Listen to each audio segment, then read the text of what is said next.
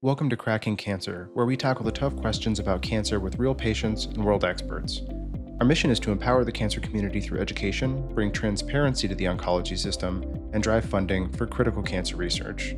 Whether you're facing a diagnosis, supporting a loved one, or simply here to learn, we're here to bring clarity, hope, and action to the fight against cancer. What I would love for oncologists to know is that, personally from my perspective, and I think from a lot of patients' perspectives, we would love to be spoken to like the oncologist is talking to their family member, right? Like, how would you talk to your family member about this? How compassionate would you be? How caring would you be? And how understanding would you be? Like, talk to us like you're a family member.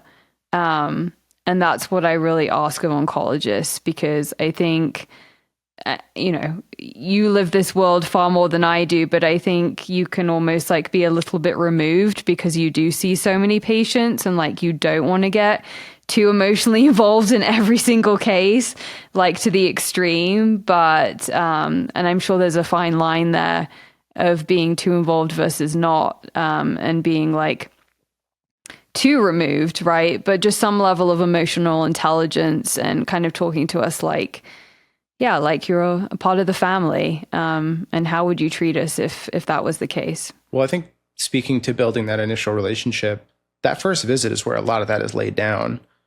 Because, in my experience, the tensions tend to come down a little bit, but the tension in that first visit is through the roof. People are on the edge of their seat. There's so many unknowns.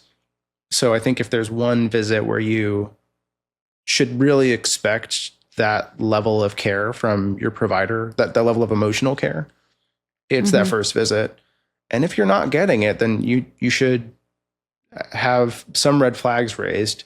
I think it's a reasonable expectation on your oncology team to be emotionally supportive. And I think it's a reasonable thing to, think about as the relationship continues. And if that ends up continuing and you feel that's not a good emotional fit, that's important. Don't only think of the, insulting the oncologist, or they're just there to provide the treatment service. They're the one that you need to feel comfortable calling when it's 3 a.m. and you're having side effects to something, and they're going to receive that well. You need to be able to trust that. That's important, because bad things can happen, and you need someone you can trust. So kind of moving on there, we've talked about that emotional expectation, how that relationship can start. But once you're physically at the visit and you're getting through kind of the logistics of how that visit goes, the things that I recommend people bring are, first, their medical records. And right now we're getting kind of into the weeds, but people have a conception a lot that because their oncology team, like the people who diagnose them, I should say, which is probably not yet an oncology team, but sometimes this will be a new visit elsewhere. Whoever their medical team is, they presume all the records came over correctly. And sometimes that happens, but often it doesn't. So what one can do to prevent any dropped information is, if you've had CAT scans or any type of scan that's relevant to your cancer, print that off, get it in your hands. Same with your pathology. If you had a biopsy, print that off, have it in hand. The scans that you've had before, you can ask your medical records group to get an actual disc of that. They'll put it on a CD and have them hand that to you. So when you go to your visit, you hand the people checking you in that disc, and they're going to upload it to the computer. And that way, the oncologist can actually look through your images if they haven't been uploaded. Many times it goes through just fine, but enough times it doesn't that you should really have this fail-safe. And any other information, if you've had molecular testing, do that. If you've seen an oncologist before and you're there for a second opinion, print off their notes. Maybe it doesn't have to be all of them, but the most recent note or two. If you've seen a primary care doctor who referred you, try to print off that note. It's really helpful for us to have a sense of what other people were thinking. If there's any ambiguity, maybe someone else already considered that and had done something about it. And a lot of times the scans don't make it in, the molecular testing doesn't make it in. And those are really important because we don't want to do scans that have already been done, and we don't want to assume someone else did something. Maybe we needed it done a little bit differently. So those are really important. The next is really your medical information. This would be like, make sure you know your medical history. Yeah, and these are things like hypertension, the normal stuff, your medications. And that includes things that you take just sometimes, we call them PRNs, or the as needed meds, and surgical history, things like that. Smoking, alcohol use, those things are important. And your oncologist shouldn't be judging you for any of those things. Just sometimes there are adverse events with medicines, and we just need to know about it. Sometimes when people get cancers, they're associated with things like smoking, and doctors won't, they shouldn't be treating you differently based on a smoking history or an alcohol use history or even an illicit drug use history. But it's important to know what we want to expect, in terms of risk factors. So if someone has a drug use history and they've been using drugs through the IV, like, they've been using IV drugs, then, we would want to make sure that we're screening for things like HIV and just making sure we're not making any assumptions about medical history, because we're there to care for you as well as we can. So be very, very clear, open, and honest. And it gets back to what we were saying before, where if you feel like you can't be and you feel like those things are going to be poorly received, then consider a second opinion where you feel comfortable, because those things are really important. You're a team from here on out. Be sure to bring the insurance information. Oncology care is incredibly expensive, and making sure the insurance goes through is really, really important. As unfortunate as that whole system is. We talked about the support system, bringing someone with you to ask questions, and that notepad, all your questions that you're going to have, and feeling free to record. Ask your oncology team if they're comfortable with you recording, but usually people are. Usually people are, and you're going to have a ton of questions. So the second you leave that office, write the questions you wished you had, down, and that list is just going to get longer and longer. What did I miss, Samantha? Anything? Can we go into a little bit, everyone's obviously going to be different here with their first appointment, but there were different scans that I was told that I would have once I was in that appointment that were going to be scheduled immediately afterwards. Something called a PET scan, and then obviously I think I had a brain MRI done as well, but which is not necessarily the case for everyone. But can you go into a little bit about the different types of scans, and that is a usual request at the first appointment, and like why is that? Yeah, and I'll say it depends on the kind of cancer someone has and the stage. So not everyone is going to get a full body PET scan. Okay, I did not know that. Yeah. Okay. So for those listening, the PET scan is the scan that we frequently use in cancer, where we'll give a substance that acts like sugar, it's sugar-based, and it will light up wherever anything is metabolizing sugar. The brain will light up, cancers frequently light up, some other areas too. And that can be really helpful in cancers that eat a lot of sugar and are really active. Some cancers don't do that. So if you're not getting a PET scan, it may be totally fine. So this is an area where there is a lot of confusion around because it's confusing. So even guidelines change over time. So what we're supposed to do, or what us as a group has decided is best practice, changes.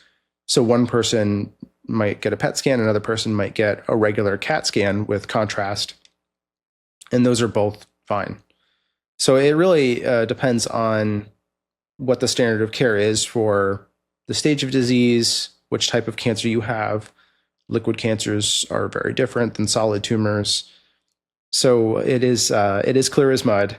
But if your primary doctor had said, I want to wait until you see the oncologist for scans, that can be reasonable, because they don't want to order all these scans and then have not ordered like the one thing you needed.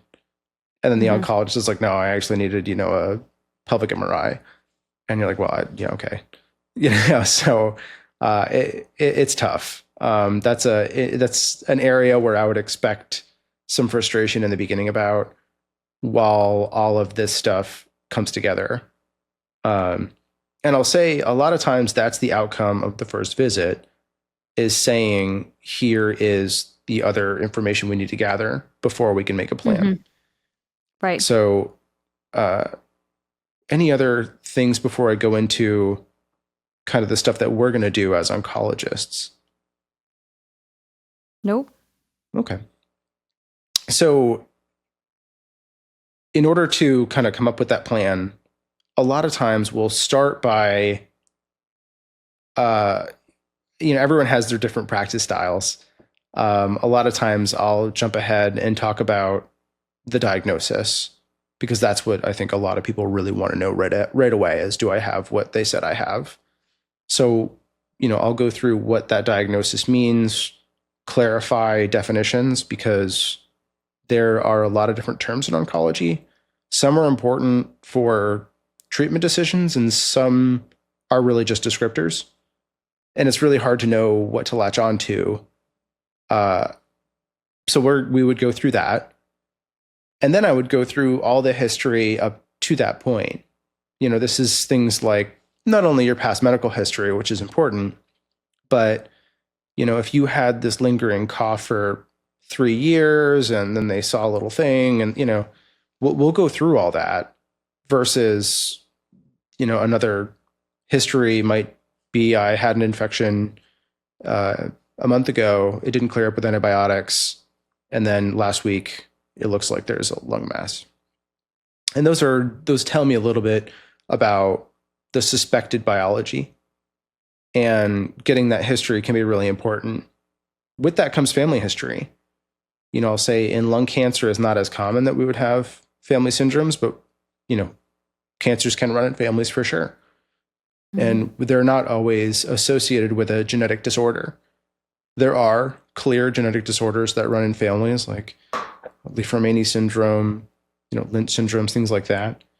And there are also families that have a lot of cancers in them, and we don't have the explanation for why yet. So getting that history is important. Once we have all the history down, I'll usually conduct a physical exam, so I would expect that.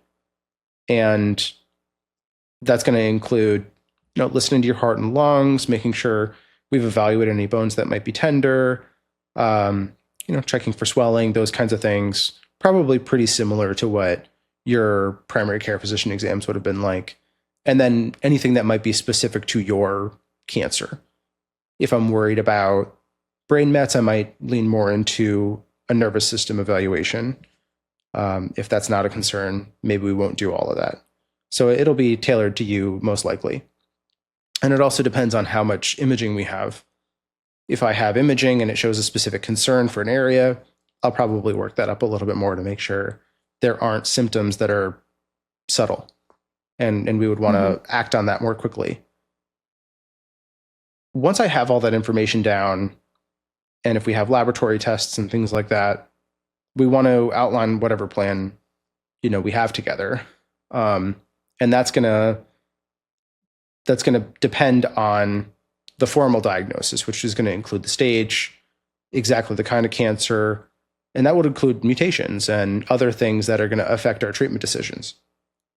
And this would be a time when I would usually ask if someone wants to know general prognosis, meaning how long they would be expected to live. And a lot of times I can't answer that on the first visit because there's just not enough information yet. We might need more scans to determine the stage. We might need more molecular testing to figure out which mutation someone has, which does dramatically change how long they would be expected to live. So I would anticipate that part of that plan might be information gathering. I think that's a very, very common first visit, is that we need to gather more information. Yep. And then understanding the plan as it relates to your goals. So a really big part of my job that day is figuring out what your goals are. Some people say, I want to live as long as possible. That's full stop. I want to live as long as possible. And that can include driving back and forth to the oncologist office every day and, whatever therapies they need to be on, they'll do, whatever side effects they'll tolerate. Mm-hmm. Other people say, I want to be, in the mountains or on the beach 7 days a week, give me something really hands off that you don't need to monitor a lot. And it really depends on the person and the circumstance. So whatever your goals are, communicate those well, because the last thing that I would want as an oncologist is to lay out a plan that I think meets your goals and doesn't. Mm-hmm. We work for you. We're here to provide a service to you and to help you meet your goals in as well as we can. And then the last thing is really to answer whatever remaining questions you have. And, that might be time limited in that first visit. But to reiterate, that's the first visit of, probably quite a few, unless you switch oncologists. So feel free to get to what you can and then keep that notebook full of questions. And if you have to my chart something, if it's urgent right after, do that. Don't be intimidated to reach out. That's an important part of fostering that relationship, within reason. Keep in mind they have, we're pretty busy, and then there is a lot to do, but you're part of that. So I think it's a respectful balance. What do you think, Samantha? Yeah, no, 100%.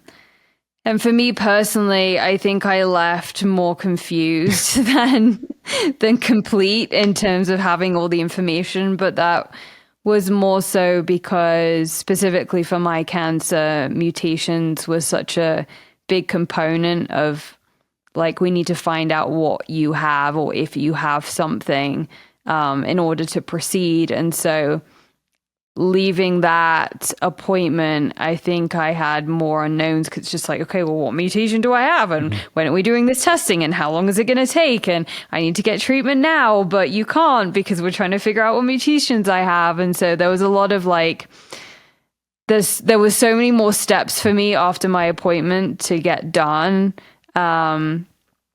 I think there was more confusion than ever, but that's not necessarily going to be the case for everyone. Well, and you raise a good point that most people come to that first visit and they've got a fire under them and they want to get treatment immediately. Like, of course, who wouldn't? And there's a lot of frustration around how long some of these things take. Yep. So I think having a reasonable expectation that if you go there, you're probably not going to get chemo the next day or whatever treatment the next day. It's probably going to be weeks to maybe even a month or two while consultants are coming in. If you need to see a surgeon or radiation oncologist, if you need to see palliative care to help with symptoms, we need to get molecular testing, we need different scans. There's a lot of information at first, and that can be really distressing. Very. Very distressing. I'm here, understating it. And you're like, yeah, is that right? Can it be? Oh, tell me more. Very distressing. Yeah, I think upon diagnosis to actually having an IV in my arm and getting chemotherapy was 8 weeks. And bearing in mind, I did move to a different hospital, to a different state. But upon my first oncology visit, I got my next oncology visit at the new hospital within 2 weeks. And so I was still waiting a good 6 weeks before treatment started. And yeah, I went in expecting, even though I had on my list of questions, what biomarkers do I have and I need to get tested, I still assumed I was going to get chemotherapy the next day. Like, what are we waiting on? What are we doing? Like, let's just do it. I had no idea it was this whole process. And I know it's going to be different for everyone. Some people only have to wait a week, or some people have to wait 2 weeks. Some people have to wait 9 weeks. It totally depends on where you are, what cancer you have, and everything. But That is the most agonizing time period where I feel like you really don't have it all together yet. You're still living in this alternate universe and you don't have all your answers, your questions answered yet. Thank you for joining us on this episode of Cracking Cancer. If you found this helpful, please like, subscribe, leave us a review, and visit crackingcancer.org for more information. Every dollar we earn goes directly to furthering the podcast and supporting vital cancer research. Because together, we can crack cancer.